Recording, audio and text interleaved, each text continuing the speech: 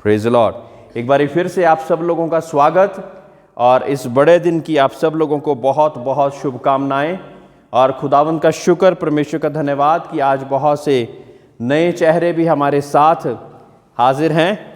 और मैं ये बताना चाह रहा था कि बड़े दिन को हम बड़ा इसलिए कहते क्योंकि संसार का उद्धारकर्ता, मुक्तिदाता परमेश्वर यीशु मसीह का जन्म आज के दिन कहा जाता कि हुआ है। आज हम मनाते इस खुशी के कारण क्योंकि परमेश्वर यीशु मसीह मेरे और आपके लिए स्वर्ग से उतरकर इस पृथ्वी में आ गया ताकि मेरे और आपके लिए एक जीवन दान, अनंत काल का जीवन दान दे सके। पूरी दुनिया में ये दिन बड़े धूमधाम से मनाया जाता कि ताकि हर एक व्यक्ति इस बात को जान सके कि संसार का उद्धारकर्ता दुनिया में आ चुका था और आज वो जिंदा है। Praise the Lord, hallelujah. आज वो जिंदा है। तो हम जिंदा परमेश्वर की जिंदा संतान कौन कौन है? हाँ, जितने लोग परमेश्वर के नाम को ग्रहण कर चुके हैं, अंगीकार की प्रार्थना करके बपतिस्मा लेकर पवित्र आत्मा की भरपूरी की ओर बढ़ रहे हैं, उनको ये बड़ा दिन उनके जीवन में सार्थक हो जाता। ये बड़ा दिन वाकई ही उनके दिल में बड़ा हो जाता। पहली बात जो कि मैं आपको बताना चाहता कि प्रभु यीशु मसीह को दुनिया में आना क्यों पड़ गया। हाँ, कुछ लोग नए भी हैं और अलग अलग धर्मों से भी, ऑनलाइन भी और बहुत सी जगह पे देख रहे। प्रभु यीशु मसीह को दुनिया में क्यों आना पड़ गया? मेरे प्रियो, सबसे पहली बात पाप की वजह से। दुनिया में ऐसा पाप बढ़ गया था जिस कारण मनुष्य नरक की ओर बढ़ता जा रहा था। पाप की मजदूरी तो मृत्यु है, लेकिन आगे जाके बाइबल कहती कि लेकिन परमेश्वर यीशु मसीह में अनंत जीवन है। अगर हम पाप में ही मर जाते और प्रभु यीशु मसीह पर विश्वास ना करते, उसको मुक्तिदाता ग्रहण ना करते, तो हमारी मृत्यु हो जाती। और पाप की मजदूरी तो मृत्यु है, और मृत्यु के बाद जो जीवन है वो पूरा जीवन नरक में गुजारते। लेकिन परमेश्वर को ऐसा अच्छा ना लगा।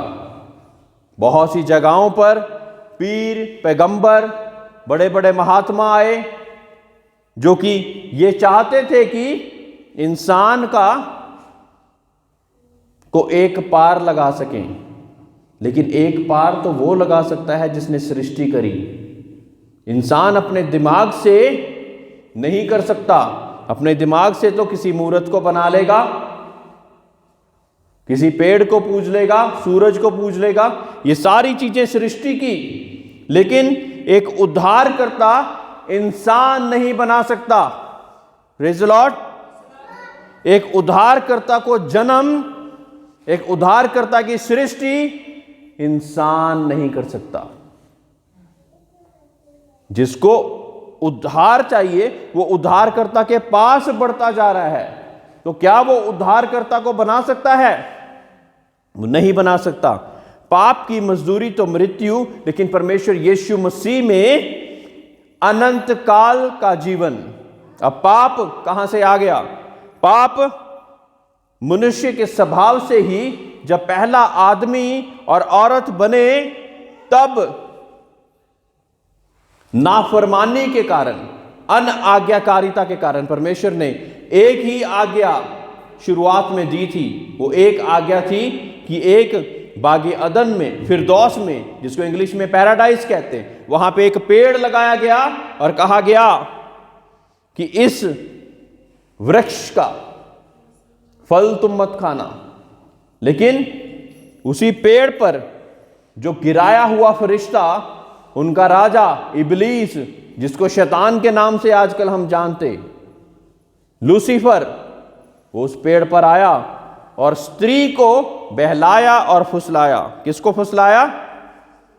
स्त्री को, कि उस पेड़ का फल खा ले। और स्त्री उसके बहकावे में आ गई। जब स्त्री उसके बहकावे में आ गई तो वही फल उसने अपने पति को, यानी कि आदम को भी दिया, जो कि पहला आदमी, पहला पुरुष था। और फिर पहली बार उनके जीवन में ज्ञान आ गया। ज्ञान के साथ उनको यह पता लग गया कि उन्होंने कोई भी वस्त्र नहीं पहने हैं। और परमेश्वर के जब शाम को, भोर के समय पे जब परमेश्वर उनके साथ बातचीत करने आया करता था, उस दिन भी आया, सब कुछ जान चुका था, फिर भी आया कि पूछूं तो सही कि इस बड़ी सृष्टि जो कि इंसान यानी कि मैं और आप, क्या एक आज्ञा का पालन भी नहीं कर पाए? जब पूछा पुरुष से, हे आदम तू कहां है? तो आदम कहता कि मैं छुपा हुआ हूं।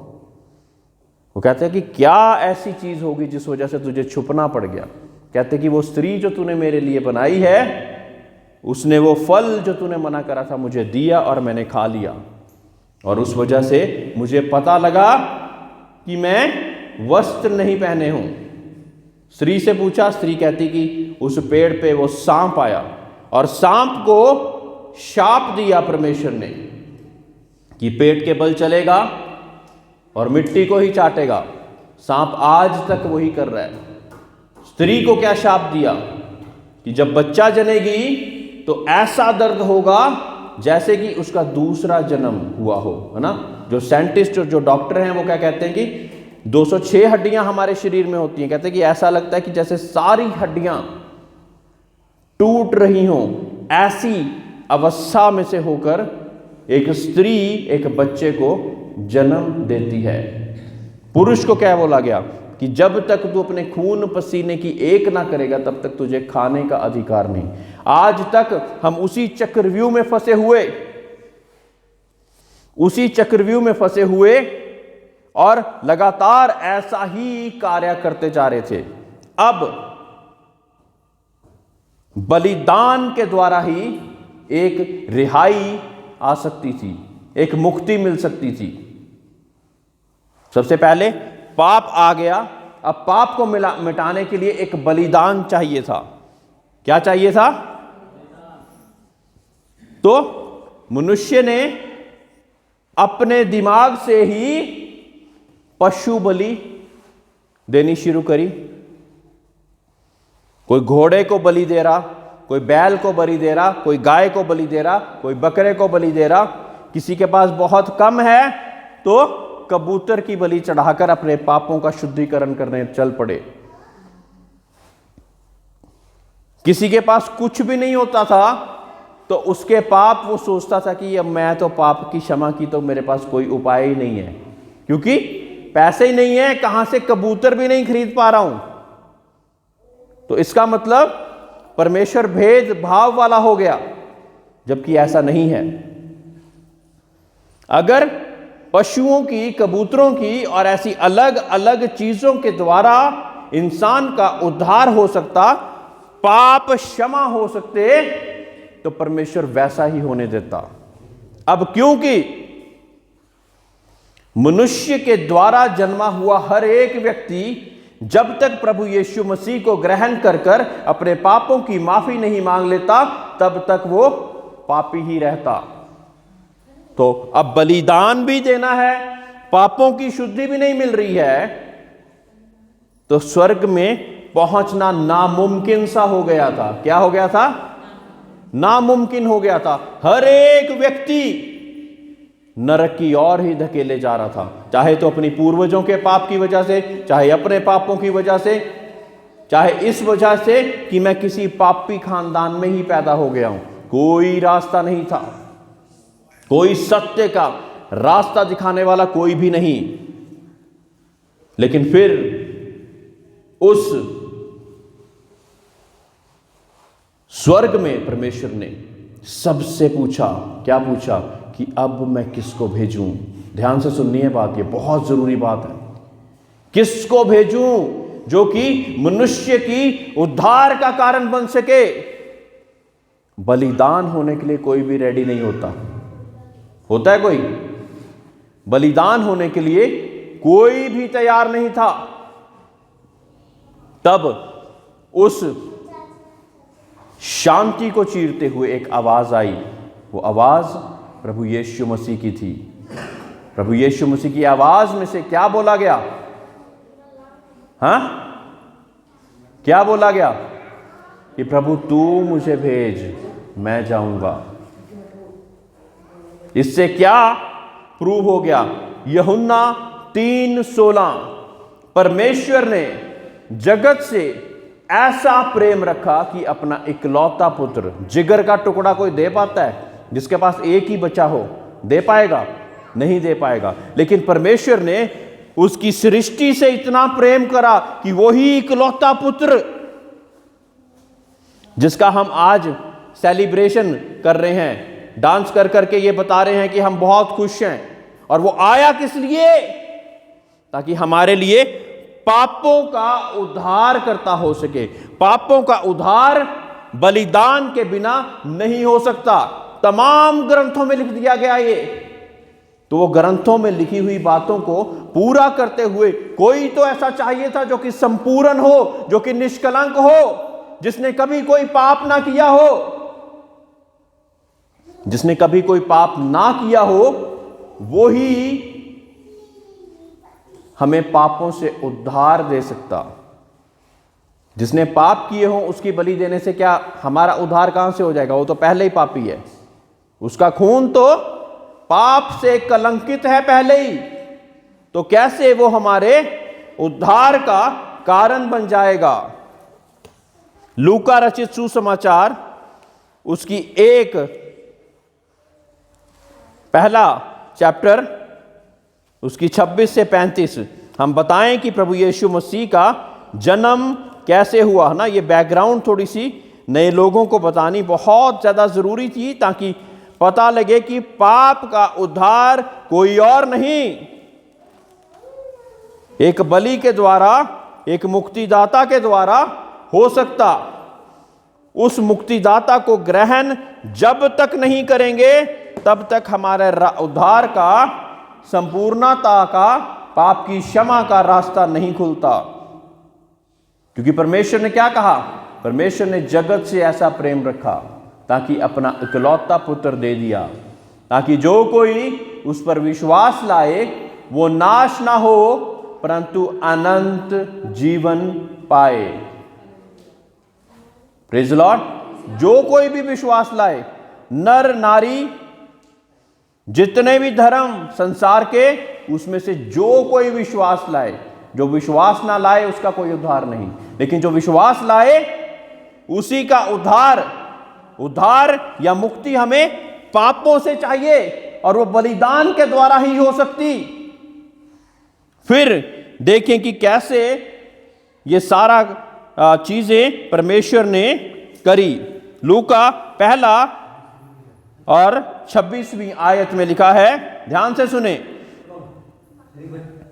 6वें महीने में परमेश्वर की ओर से जिब्राइल स्वर्गदूत गलील के नासरत नगर में एक कुंवारी के पास भेजा गया, जिसकी मंगनी यूसुफ से नामक दाऊद के घराने के एक पुरुष से तय हुई थी।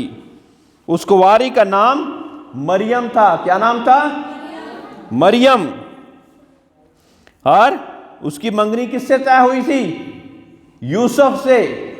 ठीक है। स्वर्गदूत ने उसके पास भीतर आकर कहा, आनंद और जय तेरी हो, जिस पर ईश्वर की अनुग्रह हुआ है, प्रभु तेरे साथ है। मरियम नामक स्त्री, जो कि परमेश्वर का डर और भय रखने वाली थी, एक स्वर्गदूत आकर, भाई साहब ध्यान से सुने, ध्यान से सुने, स्वर्गदूत जिब्राइल, स्वर्गदूत उसके पास भेजा गया और उसने कहा,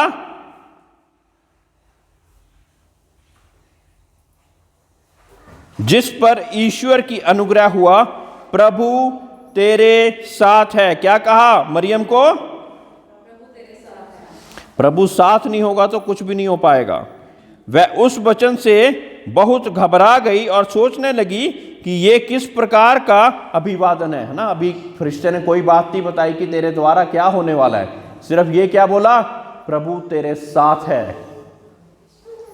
तो कोई भी बड़ा कार्य जो कि परमेश्वर के द्वारा होना है, उसके लिए सबसे पहली बात क्या होनी चाहिए कि प्रभु हमारे साथ होना चाहिए। अगर प्रभु हमारे साथ नहीं तो हमारे द्वारा वो बड़ा कार्य नहीं हो पाएगा। Praise the Lord. जब हम दुआएं करते और हर एक दुष्ट आत्मा के, हर एक बीमारी के सामने खड़े हो जाते, तो प्रभु अगर हमारे साथ ना हो तो खड़े हो पाएंगे? नहीं हो पाएंगे।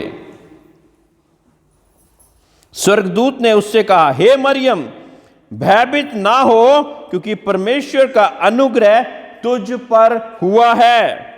देख, तू गर्भवती होगी और तेरे एक पुत्र होगा, तू उसका नाम यीशु रखना। वह महान होगा और परम प्रधान का पुत्र कहलाएगा, और प्रभु परमेश्वर उसके पिता दाऊद का सिंहासन देगा, और वह याकूब के घराने पर सदा राज्य करेगा, और उसके राज्य का अंत ना होगा। हर एक राज्य का अंत दुनिया में होता ना, मर जाते और उस राज्य का अंत हो जाता। हाँ, बड़े बड़े राजाओं का नाम अगर हम देखें, शाहजहां मर गया, जिंदा नहीं हुआ। हाँ, फिर और कितने राजा भारतवर्ष में हुए हैं, बड़े बड़े राजा, बहुत से देशों को ग्रहण करके भी वो मर गए, लेकिन दोबारा जिंदा नहीं हुए। Praise the Lord. और मरियम ने स्वर्गदूत से कहा, यह कैसे होगा, मैं तो पुरुष को जानती ही नहीं। आप सभी लोग पढ़े लिखे चाहे कम हैं, लेकिन इस बात को जरूर जानते कि एक पुरुष और स्त्री का संबंध बनता तभी ही पुत्र या पुत्री जन्म लेती है।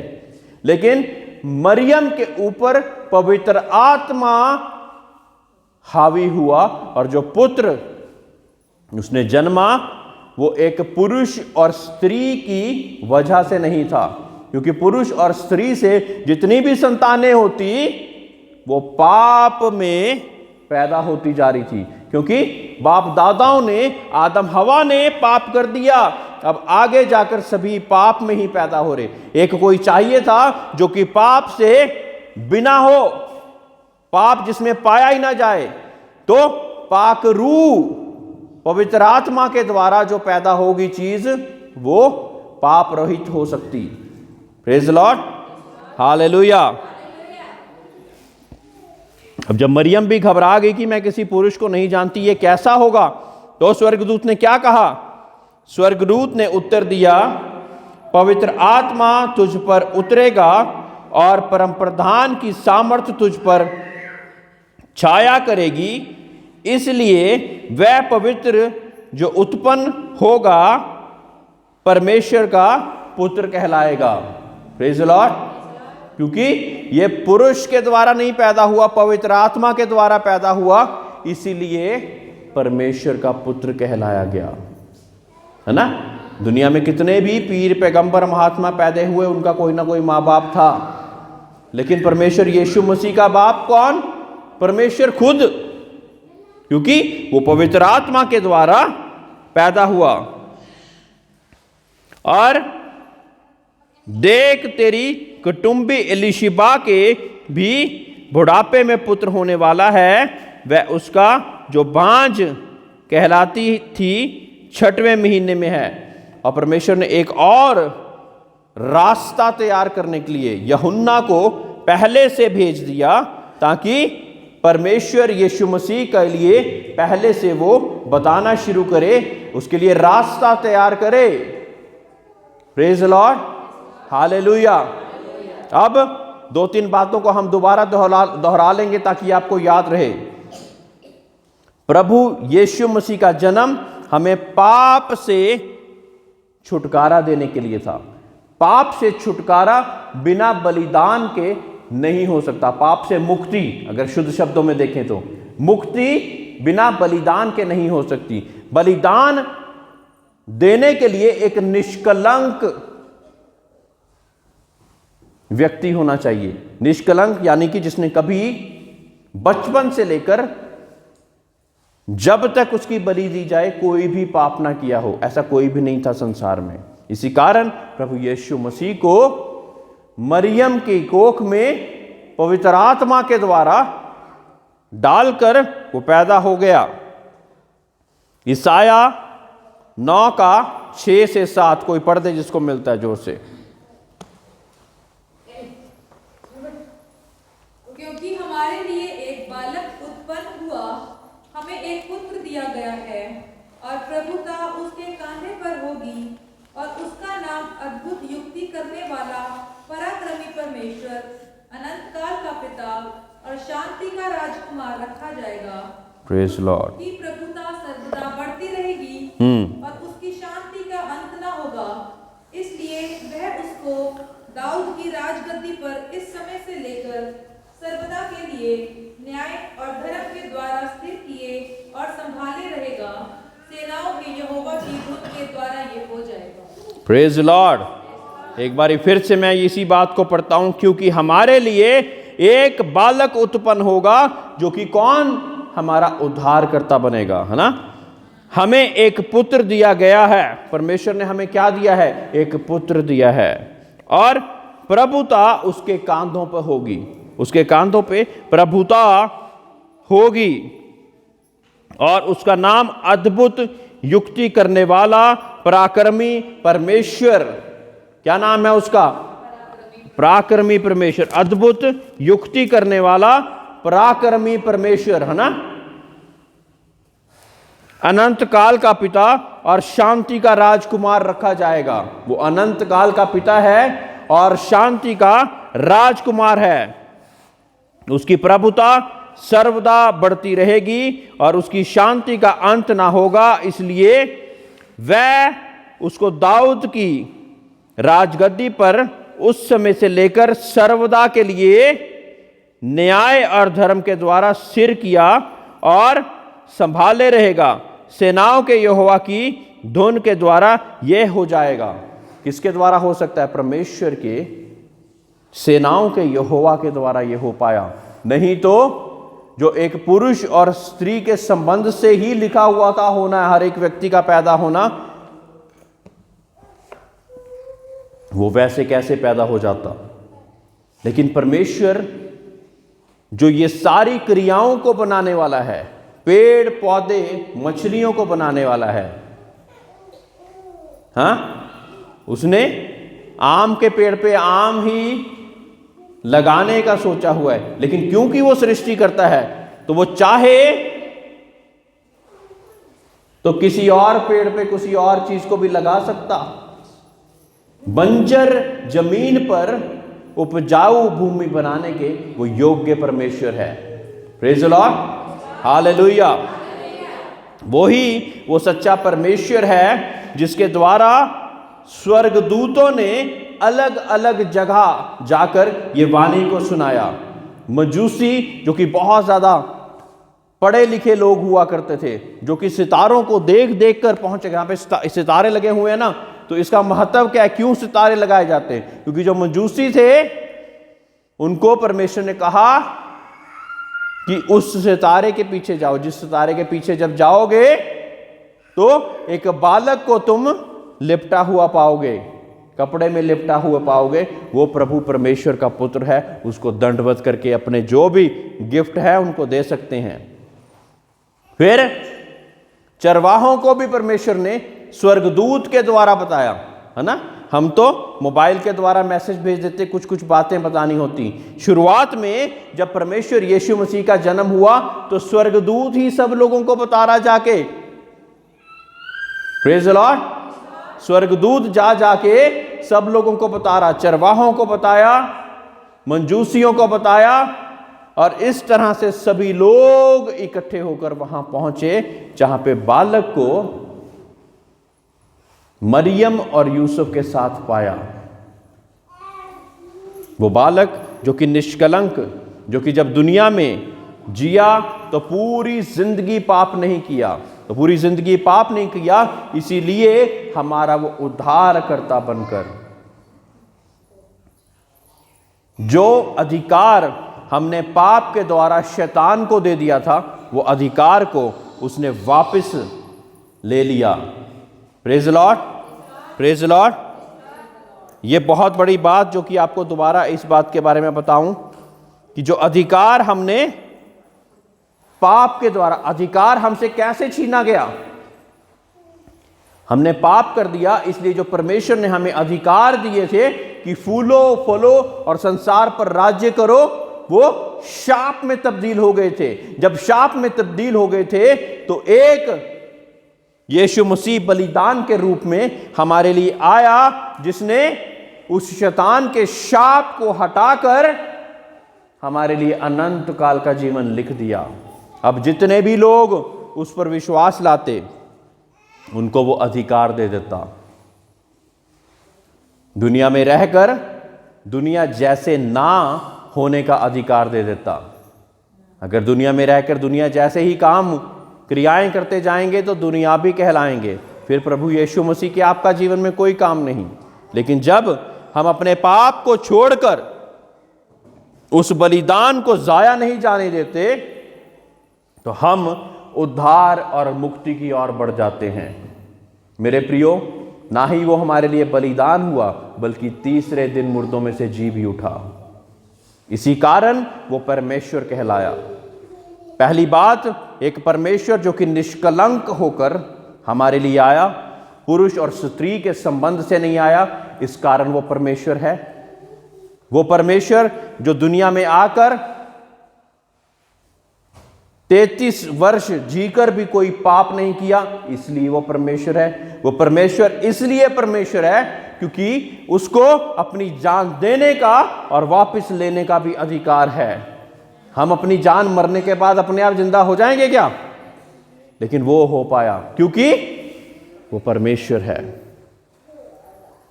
वो खुद बलिदान होकर पूरे संसार के विश्वास करने वालों के लिए एक उद्धारकर्ता के रूप में आ गया।